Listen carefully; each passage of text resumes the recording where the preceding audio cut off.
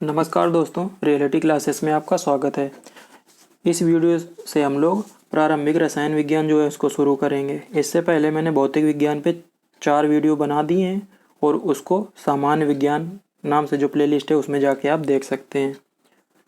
तो प्रारंभिक रसायन विज्ञान के अंतर्गत हम लोग सबसे पहले परमाणु संरचना एटॉमिक स्ट्रक्चर को कवर करेंगे। मैंने पॉइंट फॉर्म में लिखा है, बस इन्हीं पॉइंट्स को आप याद रखिए, ज़्यादा भटकने की ज़रूरत नहीं है, इन्हीं से क्वेश्चन आपका बनेगा।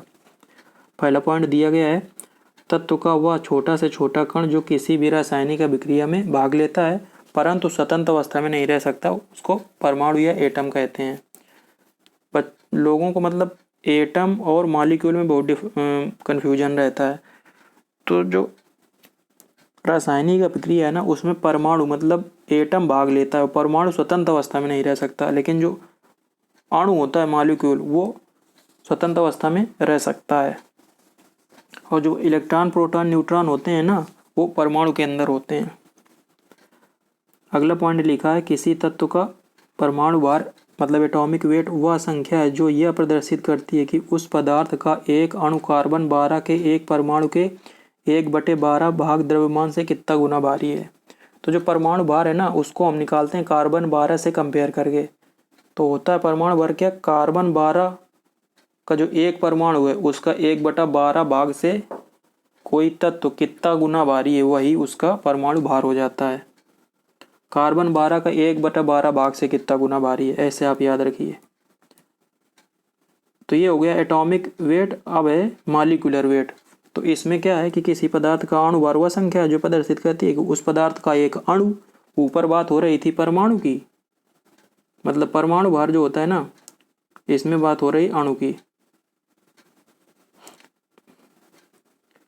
इसमें है ना,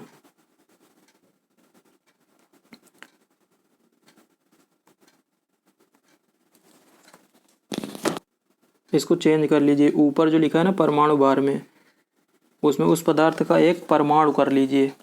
तो जो उसमें परमाणु की बात हो रही, नीचे अणु की बात हो रही है। तो ऊपर परमाणु भार होगा, नीचे एटॉमिक, नीचे मॉलिक्यूलर वेट होगा, ऊपर एटॉमिक वेट होगा। मतलब परमाणु भार वो होता है जो किसी तत्व का परमाणु कार्बन 12 के एक परमाणु के 1/12वें भाग से कितने गुना भारी है। और जो मॉलिक्यूलर वेट है उसमें किसी तत्व का अणु कार्बन 12 के एक परमाणु के 1/12वें भाग से कितना गुना भारी है। हम लोग मोल देखेंगे, काफ़ी कन्फ्यूजन रहता है कि मोल क्या होता है। तो मोल है ना, एक संख्या है। कार्बन 12 ना एक कार्बन का आइसोटोप है। कार्बन एक 14 होता है, कार्बन 12 भी होता है एक। तो कार्बन 12 के 12 ग्राम में जितने परमाणुओं की संख्या होती है ना, उसी को हम लोग एक मोल बोलते हैं। और होती कितनी है, 6.022 × 10⁻23। और इसी को बोलते हैं अवोगाद्रो संख्या। तो एक मोल 6.022 × 10⁻23 इसके बराबर होता है। और आपको अवोगाद्रो संख्या की वैल्यू भी याद कर रखनी है, इस पे डायरेक्ट क्वेश्चन बन जाता है। 6.022 × 10⁻23, यहाँ पे 22 है, ऊपर पावर में 23 है, ऐसे आपको याद रहेगा। आगे हम लोग इलेक्ट्रॉन प्रोटॉन न्यूट्रॉन के बारे में 3 चीज़ें बस याद रखेंगे। क्या, सिंबल, चार्ज और डिस्कवरी किसने की थी, प्रतीक, आवेश और खोजकर्ता। तो इलेक्ट्रॉन का सिंबल है -1 E0 और इस पे जो आवेश है वो 1.6 × 10⁻19 कूलाम का निगेटिव आवेश है। खोजकर्ता है जे थॉमसन या जे थॉमसन, जो भी आप याद रखें। प्रोटॉन को डिनोट करते हैं 1p1 से और इस पे 1.6 × 10⁻19 कूलाम का धन आवेश होता है। इलेक्ट्रॉन पे जितना ऋण आवेश है उतना ही प्रोटॉन पे धन आवेश होता है, याद रखना है। और प्रोटॉन की खोज की थी रदरफोर्ड ने। तीसरा है न्यूट्रॉन, इसको 0n1 से डिनोट करते हैं और न्यूट्रॉन में आवेश शून्य होता है और इसको की खोज की थी जेम्स चैडविक ने। खोज करता तो अच्छे से याद रखना है, electron proton neutron, Thomson, Rutherford, Chadwick.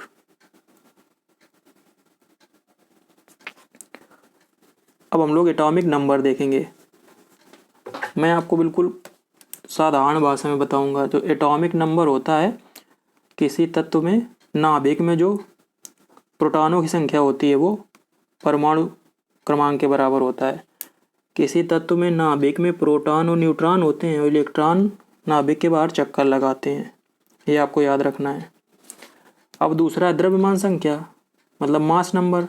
तो नाभिक में जो प्रोटॉन और न्यूट्रॉनों की संख्या है उसका योग ही द्रव्यमान संख्या कहलाता है। तो ये हो गया आपका परमाणु क्रमांक और द्रव्यमान संख्या। आगे हम लोग देखते हैं आइसोटोप्स या समस्थानिक। तो समस्थानिक जैसे नाम से पता चल रहा है तो कि एक स्थान जिनका होता है। तो जो आधुनिक आवर्त सारणी होती है पीरियोडिक टेबल, उसमें जो तत्व है ना उनको परमाणु क्रमांक के बढ़ते क्रम में रखा गया है। तो इसलिए इनको आइसोटोप्स को उस आवर्त सारणी में एक ही जगह पर रखा जाएगा, इसलिए इनको समस्थानिक या आइसोटोप्स बोलते हैं। अब होते क्या हैं, जिनके परमाणु क्रमांक समान होते हैं उनको हम लोग आइसोटोप्स बोलते हैं।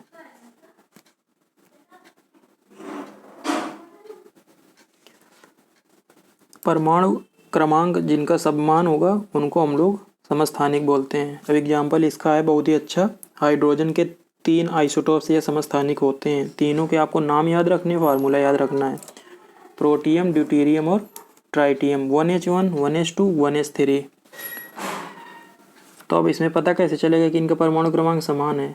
तो जो हम लोग डिनोट करते हैं ना किसी एलिमेंट को, जैसे लिखा है 1H1, तो जो नीचे लिखा ये है परमाणु क्रमांक और जो ऊपर लिखा ये है परमाणु भार। तो इसमें देखो 1 नीचे है तीनों में, तो इनके परमाणु क्रमांक समान हो गए, तो इसलिए बोले जाते हैं समस्थानिक। इनका परमाणु क्रमांक सेम है। नोट में मैंने नीचे लिखा है पोलोनियम के समस्थानिकों की संख्या सर्वाधिक है। तो आपको याद रखना है, यदि आ जाए कि सबसे ज़्यादा समस्थानिक किसके होते हैं तो पोलोनियम के होते हैं। डिनोट करते हैं इसको PO से। जब हम लोग लिखते हैं ना तत्व को, तो पहला जो लेटर है, जैसे कैल्शियम लिखेंगे तो C कैपिटल में बनाते हैं और जो A है वो स्मॉल लेटर में बनाते हैं। आगे देखते हैं समभारिक या आइसोबार। तो आइसोबार में क्या होता है, जिनमें जो द्रव्यमान संख्या है वो समान होती है उनको बोलते हैं हम लोग समभारिक। तो जो 3 यहाँ पे एग्जाम्पल लिखे हुए हैं, 18 आर्गन 40, 19 पोटेशियम 40 और 20 कैल्शियम 40। तो यहाँ पे जो 40 लिखा है ना, अभी मैं बताया कि ऊपर लिखा होता है वो होता है द्रव्यमान संख्या। तो तीनों के समान है, तो ये हो गए समभारिक। और तीसरा है सम न्यूट्रॉनिक। सम न्यूट्रॉनिक क्या होते हैं, जिनमें न्यूट्रॉन की संख्या है वो समान होती है। तो इसमें एग्जाम्पल दिया है 1H3 और 2He4। तो जो न्यूट्रॉनों की संख्या होती है ना, वो हम लोग द्रव्यमान संख्या को घटा देते हैं। किससे? द्रव्यमान संख्या में घटाते हैं परमाणु क्रमांकों को। तो जैसे 1H3 में पता करना है तो 3 - 1 कर देंगे तो 2 आ जाएंगे न्यूट्रॉन। ऐसे 2He4 में पता करना है तो 4 - 2 कर देंगे तो 2। दोनों में सेम न्यूट्रॉन आ गए, तो ये होगा सम न्यूट्रॉनिक। अगला पॉइंट लिखा है प्रोटॉन पर आवेश पॉजिट्रॉन पर आवेश के बराबर होता है। ये आपको याद रखना है। प्रोटॉन और पॉजिट्रॉन दोनों में PP आ रहा है, ऐसे याद रखना है। आवेश की बात हो रही चार्ज की। अब रदरफोर्ड के अनुसार एक पॉइंट लिखा है कि नाभिक की त्रिज्या परमाणु की त्रिज्या से लगभग 10⁵ गुना छोटी होती है। नाभिक छोटा होता है, परमाणु बड़ा होता है। तो जो नाभिक की त्रिज्या है वो कितनी छोटी है परमाणु की त्रिज्या से? 10⁵ टाइम्स। अब अगला पॉइंट याद रखना है आपको, जो किसी तत्व का तुल्यांकी भार तथा संयोजकता का गुणनफल, यहाँ पे फा के बाद ला गायब है, परमाणु भार के बराबर होता है। ये आपको लाइन याद रखनी, कई बार ये पहले पूछा जा चुका है, इसलिए मैंने यहाँ पे इसको रखा है। तुल्यांकी भार क्या होता है ये मत आप याद रखो, संयोजकता में बता देता हूँ। वैलेंसी बोलते हैं इंग्लिश में। जो कोई तत्व होता है ना, उसके इलेक्ट्रॉन छोड़ने या ग्रहण करने की जो क्षमता होती है उसी को संयोजकता या वैलेंसी बोलते हैं। तो तुल्यांकी भार को इंग्लिश में इक्विवेलेंट वेट बोलते हैं। उसको मल्टीप्लाई कर देते हैं यदि संयोजकता वैलेंसी से, तो वो उसके परमाणु भार के बराबर हो जाता है। आगे लिखा है कि कक्ष संख्या यदि n है तो सबसे आउटर जो ऑर्बिटर है उस मतलब कि कोई भी जो संख्या यदि दी है n, उसमें ज़्यादा से ज़्यादा कितने इलेक्ट्रॉन हो सकते हैं, तो वो 2n² के अनुसार भरे जाते हैं। तो n है ना वो कक्ष संख्या है, ये बचपन से पढ़ते आ रहे हैं। आगे पॉइंट लिखा है हीरा ग्रेफाइट कार्बन के अपर रूप हैं। ये आपको याद रखना है कि जो हीरा और ग्रेफाइट है ना वो भी कार्बन ही है, पर देखने में उन अलग अलग लगते हैं। आगे हमने पॉइंट के फॉर्म में एग्जाम इम्पोर्टेंट फैक्ट रखे हैं, ऐसे ही आपको याद रखने हैं, ऐसे एग्जाम में पूछा जाएगा। इलेक्ट्रॉन चुंबकीय क्षेत्र तथा विद्युत क्षेत्र दोनों द्वारा विचलित होते हैं। इसका मतलब है कि जो इलेक्ट्रॉन है ना, चुंबकीय मतलब मैग्नेटिक फील्ड और इलेक्ट्रिक फील्ड दोनों से डिफ्लेक्ट हो जाता है। अगला पॉइंट लिखा है प्रोटॉन और न्यूट्रॉन को संयुक्त रूप से न्यूक्लियन बोलते हैं। एक्चुअल में प्रोटॉन और न्यूट्रॉन नाभिक में पाए जाते हैं, इसलिए इनको न्यूक्लियन भी बोलते हैं। Nucleus, nucleon. परमाणु त्रिज्या को सामान्यतः एंगस्ट्रॉम में मापा जाता है, ये भी आपको याद रखना है। काफ़ी छोटी होती है ना परमाणु त्रिज्या, एटॉमिक रेडियस, इसलिए उसको एंगस्ट्रॉम में मेजर करते हैं, और एक एंगस्ट्रॉम 10⁻⁻10 मीटर होता है। अगला पॉइंट लिखा है एक प्रोटॉन एक बीटा कण के समान होता है। जैसे बोले बीटा पार्टिकल क्या होता है, तो बीटा पार्टिकल एक प्रोटॉन होता है। और बोले अल्फा कण क्या होता है, तो अल्फा कण होते हैं हीलियम का नाभिक। ऐसे ही क्वेश्चन पहले बने हैं और ऐसे ही आएगा। अगला पॉइंट है इलेक्ट्रॉन त्याग करने को ऑक्सीकरण तथा इलेक्ट्रॉन ग्रहण करने को अपचयन कहते हैं। यदि कोई यौगिक है या तत्व है वो इलेक्ट्रॉन छोड़ेगा तो उसका ऑक्सीकरण होगा, और यदि ग्रहण करेगा तो अपचयन होगा, याद रखना है। Oxidation and reduction. इलेक्ट्रॉन का एंटी पार्टिकल पॉजिट्रॉन है। अभी मैं बताया ना प्रोटॉन पे आवेश पॉजिट्रॉन के आवेश के बराबर होता है, तो इलेक्ट्रॉन का एंटी पार्टिकल पॉजिट्रॉन है, ये याद रखना है। अगला पॉइंट लिखा है पदार्थ का परमाणु सिद्धांत डाल्टन ने प्रतिपादित किया था। मतलब एटॉमिक थ्योरी ऑफ मैटर ये डाल्टन ने दी थी, और इस पे क्वेश्चन पहले बन चुका है। अगला है जैसे कैथोड, दिमाग में आता है ना कैथोड रेज क्या होती हैं, तो कुछ नहीं होती। कैथोड रेज जो होती हैं वो इलेक्ट्रॉन की बीम या स्ट्रीम होती है, इलेक्ट्रॉन की धारा। इलेक्ट्रॉन्स को यदि हम लोग एक किसी निश्चित डायरेक्शन में डालते हैं तो उसी को कैथोड रेज बोलते हैं। अगला पॉइंट लिखा है सर्वाधिक वैद्युत ऋणात्मक तत्व फ्लोरीन है, जबकि सर्वाधिक वैद्युत धनात्मक तत्व फ्रांसियम है। वैद्युत ऋणात्मक तत्व तो आगे मैंने बताया है, वहाँ पे आपको मैं बताऊंगा क्या होती है, तो बस याद रखना है कि वैद्युत ऋणात्मकता मतलब इलेक्ट्रोनेगेटिविटी सबसे ज़्यादा होती है फ्लोरीन की, और सबसे ज़्यादा वैद्युत धनात्मक मतलब इलेक्ट्रोपॉजिटिविटी होती है फ्रांसियम की। अगला पॉइंट है किसी तत्व के रासायनिक गुण नाभिक के बाहर विचरण करने वाले इलेक्ट्रॉनों की संख्या पर निर्भर करते हैं। मतलब कोई तत्व है वो किस तरह से बिहेव करेगा केमिकली, तो वो डिपेंड करता है कि उसके जो आउटर ऑर्बिट में इलेक्ट्रॉन है वो कितने हैं। अगला पॉइंट है हाइड्रोजन परमाणु का नाभिक प्रोटॉन कहलाता है, काफ़ी इंपॉर्टेंट है। देखो हाइड्रोजन का जो फार्मूला होता है 1H1 होता है। अब इसमें न्यूट्रॉन तो है नहीं, क्योंकि 1 - 1 करोगे तो 0, तो नाभिक में न्यूट्रॉन है ही नहीं, तो प्रोटॉन ही केवल होंगे, तो इसलिए जो हाइड्रोजन का नाभिक और एक ही प्रोटॉन है, तो इसलिए जो हाइड्रोजन का नाभिक है वो प्रोटॉन कहलाता है। अब हम लोग देखेंगे तत्वों का वर्गीकरण मतलब क्लासिफिकेशन ऑफ एलिमेंट्स। तो सबसे पहले जो क्लासिफिकेशन एलिमेंट्स का किया था वो मेंडलीव ने किया था, और इनके अनुसार तत्वों के भौतिक और रासायनिक गुण उनके परमाणु भारों के आवर्ती फलन होते हैं, ये आपको याद रखना है। मेंडलीव ने ये बोला था। और जो मेंडलीव की आवर्त सारणी थी उसमें 9 वर्ग और 7 आवर्त थे। 9 वर्ग मतलब 9 पीरियड और 9 ग्रुप, 9 ग्रुप और 7 पीरियड। आवर्त होते हैं वो हॉरिजॉन्टल होते हैं आवर्त सारणी में, और जो वर्टिकल होते हैं उनको ग्रुप बोलते हैं। अब अगला पॉइंट लिखा है कि आधुनिक आवर्त सारणी है वो मोजले के नियम पे आधारित है। ये आपको याद रखना है कि आधुनिक आवर्त सारणी किसने दी है, वो है मोजले ने। और मोजले ने क्या बोला कि जो तत्वों के गुण होते हैं वो तत्वों की परमाणु संख्या पर निर्भर करते हैं, जबकि मेंडलीव ने बोला था कि परमाणु भार पर डिपेंड करते हैं। तो ये तत्वों के रासायनिक गुण या रासायनिक और भौतिक गुण जो होते हैं वो तत्वों की परमाणु संख्या के आवर्ती फलन होते हैं।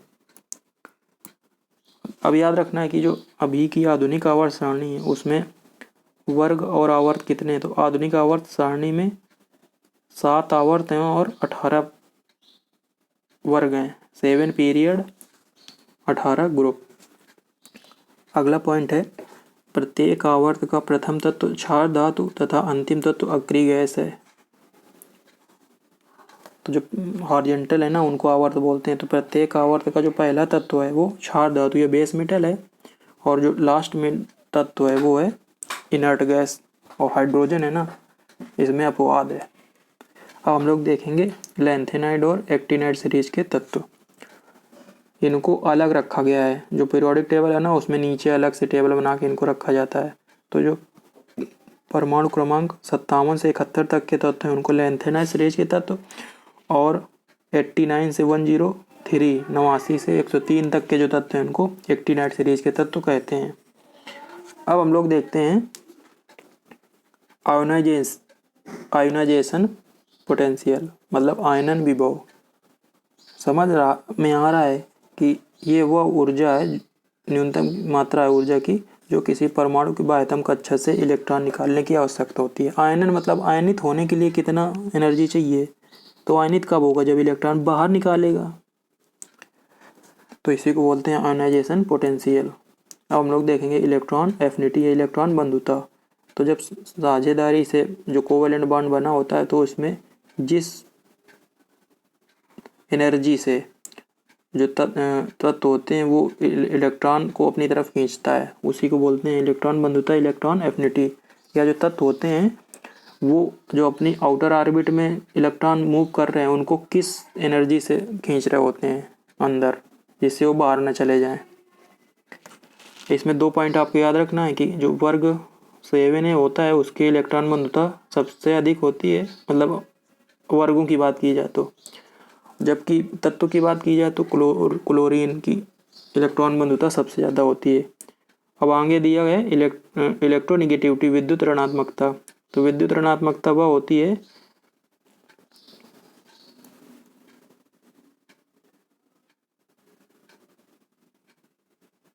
अच्छा, मैंने अभी ऊपर इलेक्ट्रॉन बंधुता ना वो गलत, उसमें ये विद्युत ऋणात्मकता की डेफिनेशन वो बता दी। इलेक्ट्रॉन बंधुता वो होती है जब जो न्यूट्रल एटम होता है ना, वो जो इलेक्ट्रॉन ग्रहण करता है तो उससे जो एनर्जी उत्पन्न होती है।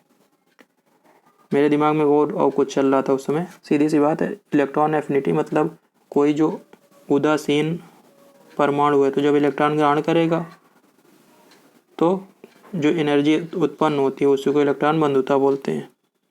और जो विद्युत ऋणात्मकता है वो होती है कि जो कोवेलेंट बॉन्ड बने होते हैं ना, उसमें जो परमाणु किस एनर्जी से अपनी ओर खींच रहा है उसी को विद्युत ऋणात्मकता बोलते हैं। अभी मैंने बताया ऊपर कि फ्लोरीन की सबसे ज़्यादा होती है विद्युत ऋणात्मकता, आपको ये याद रखना है।